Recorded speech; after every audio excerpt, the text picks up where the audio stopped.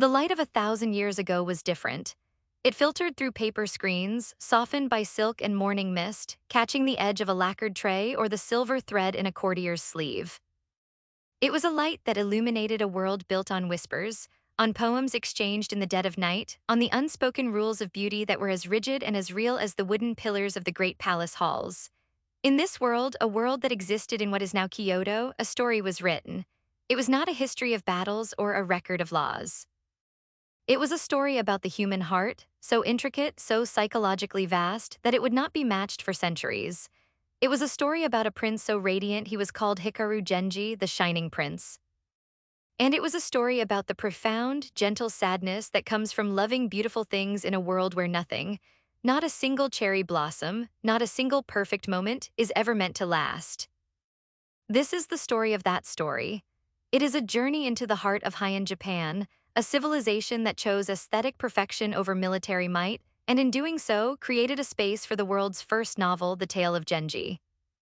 It is an exploration of love not as a simple romance, but as a complex, dangerous, and ultimately spiritual quest for an ideal that can never be found. It is an encounter with the mind of its author, a woman of the court named Murasaki Shikibu, who observed the gilded cage around her and saw within it the entire universe of human feeling, desire, jealousy, ambition, and the quiet, ever-present whisper of impermanence. To understand her work is to understand a fundamental truth about ourselves, that our greatest joys are inseparable from our deepest sorrows, and that the beauty of life is not found in its permanence, but in its fleeting, heartbreaking passage. Imagine a room late in a long life. The air is still and heavy with the scent of aged wood and dying embers from a charcoal brazier. Outside, a fine, persistent rain falls on a meticulously sculpted garden, the sound a soft, continuous sigh against the paper walls. An old man, once the most beautiful and desired figure in the land, sits alone. He is not looking at any particular thing, but his gaze is fixed on the memory of light. He remembers the precise shade of violet in a woman's robes, glimpsed for a single moment 20 years ago. He remembers the cadence of a poem recited on a summer night, a poem that promised forever, a promise that dissolved like morning mist. His hands, once skilled with the brush and the kodo, now rest in his lap, the skin thin as parchment. He has known every pleasure the world can offer. He has held power, commanded loyalty, and inspired a love so fierce it became a destructive force. And yet, in this quiet room, all of it feels distant, like a story he once read about someone else. The rain continues its gentle percussion. A single, late-blooming camellia, heavy with water, drops its head in the garden. He sees it. He feels a pang, not of sharp grief, but of a vast, hollow ache. It is the feeling of having held everything, only to find his hands empty. This feeling, this quiet recognition of the beauty in the passing of all things, is the heart of the world he inhabited, and it is the key to the tale he left behind. What does it mean to live in a world where beauty is the highest law, not just a preference, but the organizing principle of society, the measure of a person's soul? To understand the tale of Genji, we must first breathe the air of the Heian period, an era in Japanese history spanning nearly 400 years, from the late 8th to the late 12th century. This was a time of deliberate isolation and peace, an island of aristocratic culture protected from the wars and invasions that shaped so much of the outside world. The capital, Heian, was a city laid out on a grid, a place of sprawling palace compounds, villas with private gardens, and a society turned inward, obsessed with its own reflection. Visually, this world was a symphony of muted colors and exquisite forms. Imagine the architecture: wooden buildings with gracefully curved roofs, connected by open-air corridors that looked out onto carefully arranged landscapes of ponds, rocks, and flowering trees. Inside, there were no solid walls as we know them. Space was divided by sliding screens painted with scenes of nature, or by portable screens of state, heavy with brocade. Life was lived in a series of semi-transparent layers. Women of high rank were almost never seen directly by men outside their immediate family. They lived behind screens of state, curtains of bamboo and silk, their presence a tantalizing suggestion, a rustle of cloth, a disembodied voice. Their world was one of shadows and hints where a dropped fan or the sleeve of a robe trailing from beneath a curtain was a message dense with meaning. The clothing itself was a language. Courtiers wore multiple layers of silk robes, each layer a slightly different shade, the combination of colors meticulously chosen to match the season, the occasion, and the wearer's mood. A lapse in aesthetic judgment, a discordant color combination, was not a fashion faux pas, it was a sign of a crude and insensitive soul. The sounds of this world were subtle, a counterpoint to the visual splendor. There was the constant, soft rustle of silk as people moved through the corridors, the gentle twang of a coat, or the mournful note of a flute drifting from a distant chamber in the evening, the scratching of a brush on paper as a poem was being composed. And underneath it all, the sounds of nature were ever present, deliberately invited into the human space. The croaking of frogs in the garden ponds, the insistent buzz of cicadas in the summer heat, the cry of a wild goose overhead in autumn. Silence, too, was a sound, filled with the weight of unspoken emotion, of thoughts too delicate or too dangerous to be voiced directly. The most important conversations happen not through speech, but through the exchange of poems, brushed onto perfumed paper and attached to a flowering branch, the elegance of the calligraphy as vital as the words themselves. The air itself was scented. Polished cypress wood floors gave off a clean, sharp fragrance. Incense burners were a constant feature, their smoke curling through the rooms, each blend of spices and woods carefully chosen to create a specific atmosphere. Letters were perfumed before being sent, so that the recipient would experience the sender's presence through scent before ever reading the words. This was a world that engaged the nose as much as the eyes and ears, where fragrance was a part of seduction, of politics, and of personal identity. Touch, too, was a language of textures.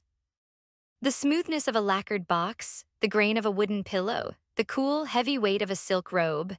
The very feel of the world was one of refined, man-made surfaces set against the organic textures of the garden just beyond the veranda. Even taste was an art form. The cuisine was delicate, its presentation paramount, each dish a miniature work of art designed to appeal to the eye as much as the palate, reflecting the seasonal harmony that governed all aspects of life. This was the world that created Genji. A world so focused on perfecting the surface of life that it inevitably created a deep, complex, and often turbulent inner world beneath. Into this hyper-refined society, a child was born who was destined to be its perfect embodiment and its ultimate critique. He was the son of the emperor, but his mother was a consort of low rank, a woman so beloved by the monarch that the jealousy of the other court ladies was a constant, corrosive poison that eventually led to her early death. The emperor's grief was bottomless, a wound that would shape the destiny of his son. This child named Genji was blessed with a beauty that seemed almost supernatural, a grace and talent in all the courtly arts, poetry, music, painting, dance that left all others in his shadow. He was the shining prince, the living ideal of Heian masculinity. But his mother's humble origins and the political dangers of the emperor's favor meant he could not be named crown prince. He was instead given the surname Minamoto, or Genji, and set on a path as an imperial subject, a courtier. This single act freed him from the rigid duties of the throne and unleashed him upon the cloistered world of the court, a man of unparalleled charm with a heart shadowed by a foundational loss. Genji's life became a quest. On the surface, it was a series of amorous pursuits, a catalogue of affairs with the most fascinating and beautiful women of the court, but beneath the surface, it was a search for a phantom, the image of his lost mother. This quest finds its first and most devastating focus in the figure of Lady Fujitsubo, a new consort brought to court by his father, the emperor, precisely because she bears an uncanny resemblance to Genji's deceased mother. For Genji, she is not just a woman.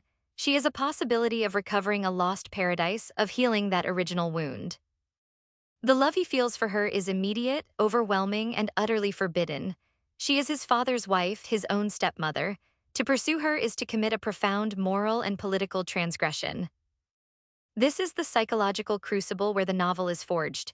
The narrative does not simply state Genji's love, it immerses us in the torment of his obsession. We feel his gaze following Fujitsubo, his mind endlessly replaying every brief encounter. We are privy to his internal monologue, a storm of rationalization, guilt, and irresistible longing. He tells himself it is not lust, but a pure aesthetic devotion to a perfect being. He sees his father's love for her as a mirror of his own, a shared worship that somehow legitimizes his feelings. But he is also consumed by the fear of discovery, the knowledge that a single misstep could bring ruin not only to himself, but to the woman he professes to adore. The world of screens and shadows that defined Heian court life becomes the perfect stage for this drama of forbidden love. Their affair is conducted through stolen glances, coded poems, and secret meetings arranged by loyal attendants in the dead of night. Every rustle of silk, every creaking floorboard is fraught with terror and ecstasy. Eventually, the unthinkable happens. Their secret union results in the birth of a child, a son who is, to all the world, the emperor's heir. Only Genji and Fujitsubo know the truth. The child grows to become the spitting image of Genji, a fact that becomes a source of constant, whispered praise at court and a private, unending torture for the two lovers. Genji must watch his own son being raised as his brother must bow to him as the future emperor, his heart a tangle of pride and unbearable guilt. This secret becomes the dark sun around which Genji's life revolves. It is the original sin that will generate karmic consequences for decades to come, shaping his future relationships and deepening his understanding of the world's beautiful, sorrowful illusions. It teaches him that the most exquisite moments of connection are often built on a foundation of transgression, and that the pursuit of a perfect ideal can lead one into the darkest moral shadows. This profound focus on the interior life, on the intricate dance of emotion, guilt, and desire, was made possible by a unique cultural circumstance. In Heian Japan, the world of serious scholarship, of history and philosophy, was a masculine domain conducted in classical Chinese. Writing in the vernacular Japanese script, the phonetic kana, was often considered less prestigious, a medium suitable for personal correspondence, diaries, and fictional tales, the domain of women. This seeming limitation was, in fact, a source of incredible artistic freedom. While men were occupied with the public-facing, formal language of governance, the highly educated women of the court were left to pioneer a new form of literature, one focused not on epic deeds, but on the subtle, powerful dramas of personal relationships. Confined to their quarters, their interactions with the world mediated by screens and letters, these women became master observers of human psychology. Their lives were a constant exercise in interpreting nuance, in reading the emotion behind a perfectly crafted poem, in sensing the political currents from the tone of a whispered rumor. Murasaki Shikibu, the author of the Tale of Genji, was one such woman. A lady-in-waiting to Empress Shoshi, she lived at the very center of this insular, aestheticized world. Her own diary reveals a sharp, observant mind, at times weary of the trivialities and petty rivalries of court life, but always sensitive to its underlying emotional truths.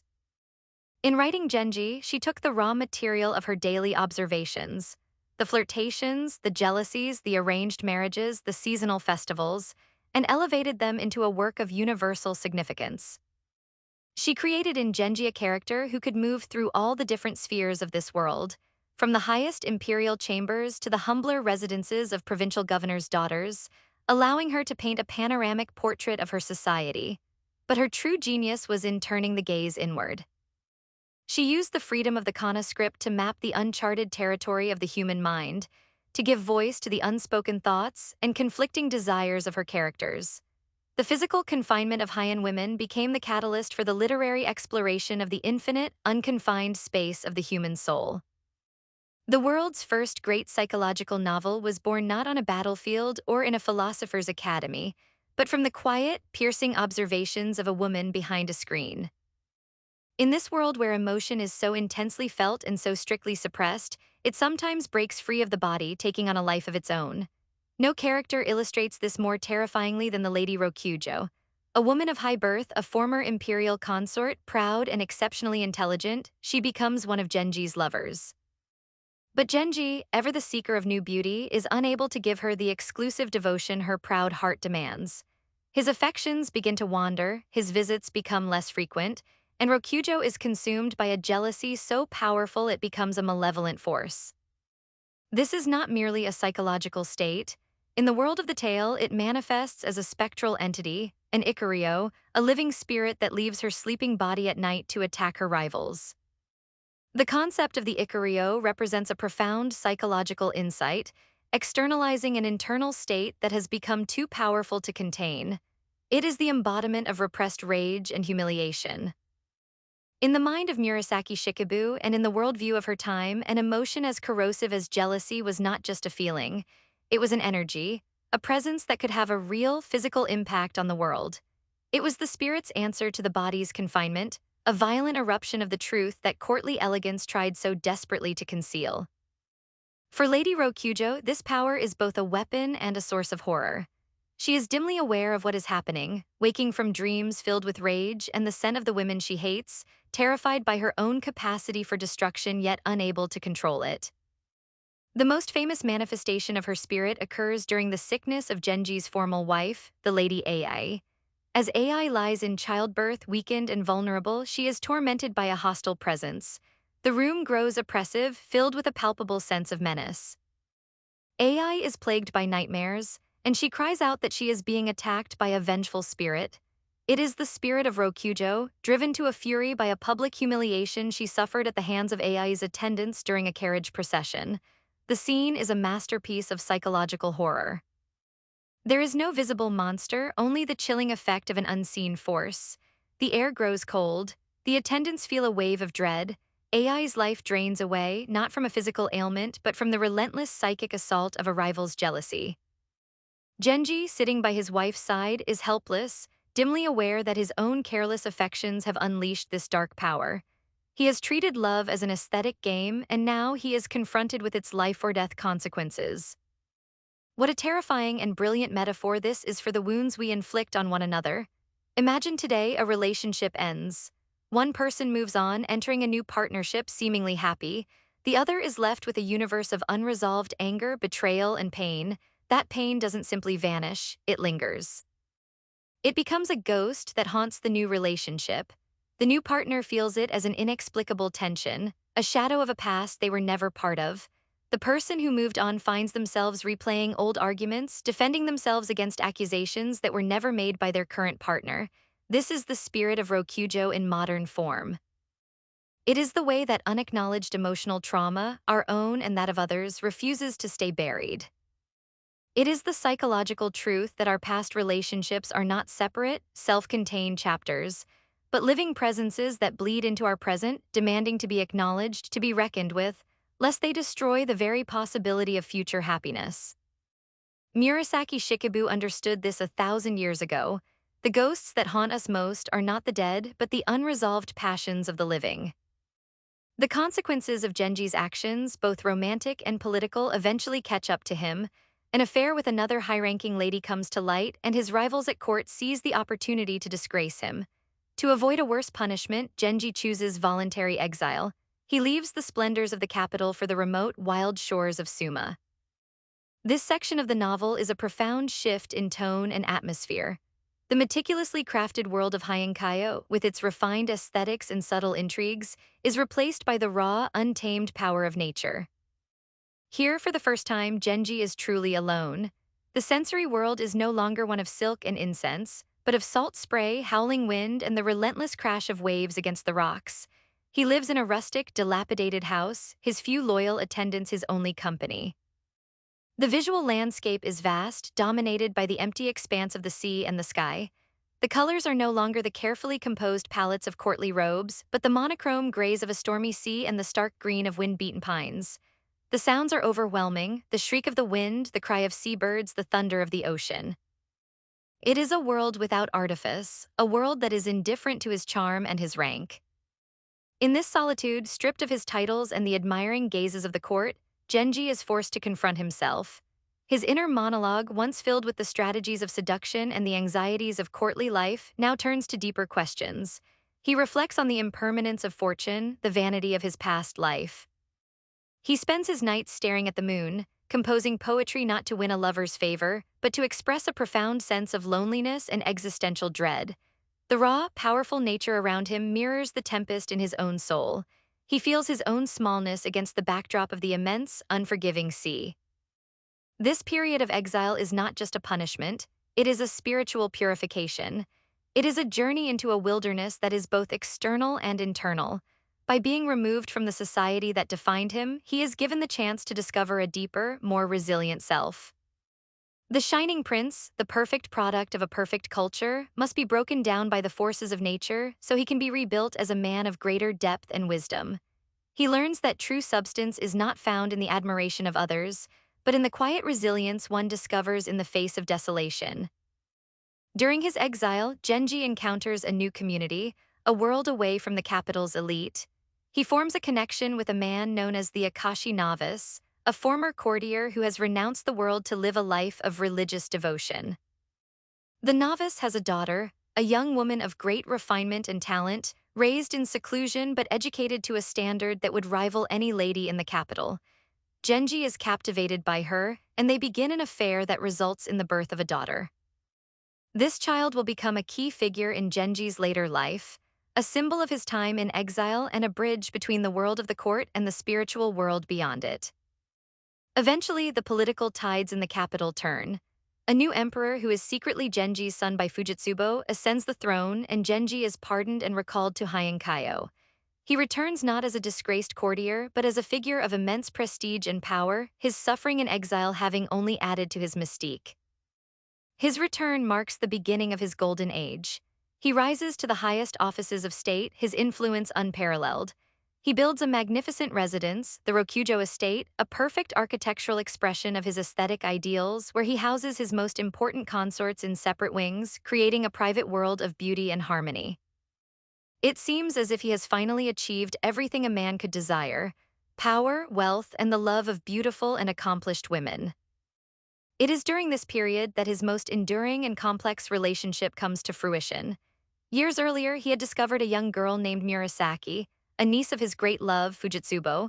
Struck by her resemblance to the woman he could never have, Genji effectively kidnaps the child, bringing her to his palace to raise and educate her himself. His intention is to mold her into his ideal woman, a perfect companion free from the flaws and complications of the other women in his life. This act is one of the most morally ambiguous in the entire novel. From a modern perspective, it is deeply disturbing, an act of supreme possessiveness and control. Within the context of his time and through the lens of Genji's own psyche, it is presented as an act of aesthetic creation, an artist sculpting his perfect masterpiece. As Murasaki blossoms into womanhood under his tutelage, their bond deepens into a love that becomes the central pillar of Genji's life. She is intelligent, graceful, and utterly devoted to him. Their relationship, though founded on an act of appropriation, becomes a genuine partnership of shared taste, mutual affection, and deep understanding. She is the mistress of his household, the confidant to whom he turns in moments of joy and sorrow. She is the calm center in the often stormy world of his emotional life. Yet even in this seemingly perfect union, the shadows remain. Genji, for all his love for Murasaki, can never be entirely faithful. His restless heart still seeks new conquests, new aesthetic experiences, and each infidelity is a deep wound to the woman he has raised to be his perfect soulmate. Murasaki's suffering is quiet and dignified, but it is a constant, melancholy undertone in the symphony of Genji's success. Their love story is the novel's most profound exploration of the limits of an ideal. Even when you have the power to create your own perfect world, to raise your own perfect partner, you cannot escape the imperfections of your own nature or the fundamental sorrow that is woven into the fabric of human attachment.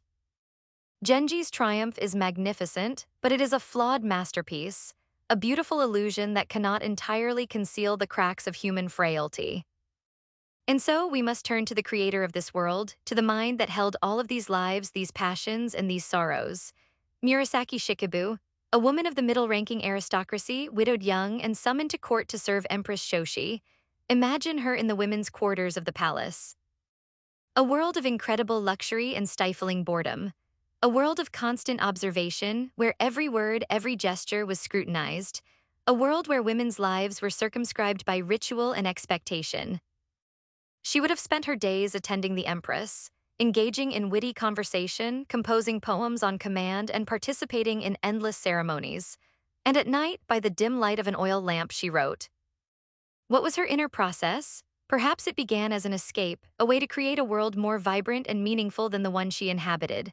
She looked at the men and women around her, the ambitious courtiers, the jealous consorts, the brilliant but powerless princesses, and she saw beyond their polished surfaces. She saw the longing, the fear, the secret grief they concealed behind their fans and their perfect verses. In her protagonist, Genji, she created a fantasy, the ideal man of her age. But she was too brilliant a psychologist to create a simple hero. She gave her ideal man a fatal flaw, a heart that could not be satisfied, an aesthetic sensibility so refined that it led him into moral chaos. She poured into him all the beauty and all the danger she saw in the culture of her time. She would have written on long scrolls of paper, her brush flying, the complex characters of the Japanese script taking shape in the quiet of the night. She was not just telling a story, she was weaving a tapestry. She wove in threads of older folk tales, of Chinese poetry, of Buddhist sutras. She created hundreds of characters, each with a distinct voice and a believable psychology. She meticulously chronicled the passage of time, the changing of the seasons, the aging of her characters over a span of more than 70 years. This was an act of immense imaginative endurance. It was a commitment to seeing lives through to their end, to understanding that actions have consequences that ripple through generations.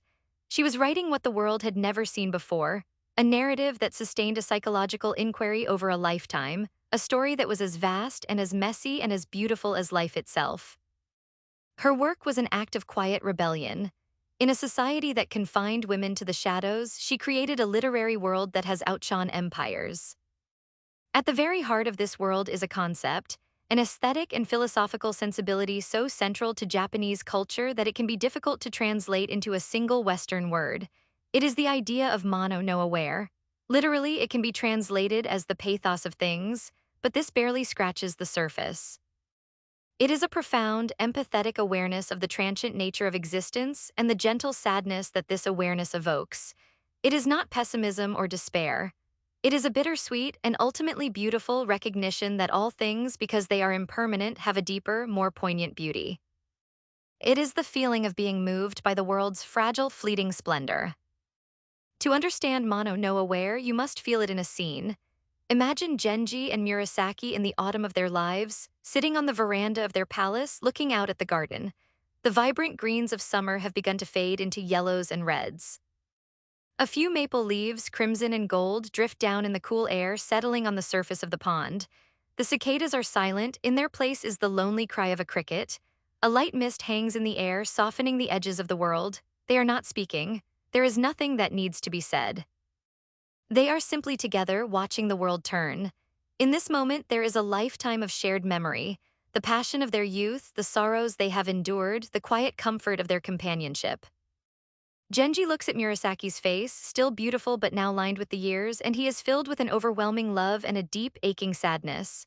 He knows this moment, this perfect, quiet peace cannot last. Her life, his life, the beauty of this autumn garden, it is all a passing dream. The feeling that fills him is mono no aware. It is the deep emotional resonance of knowing that the cherry blossom is beautiful precisely because it will fall, that love is precious precisely because it is finite, that life is meaningful precisely because it will end. This sensibility did not spring fully formed into the world.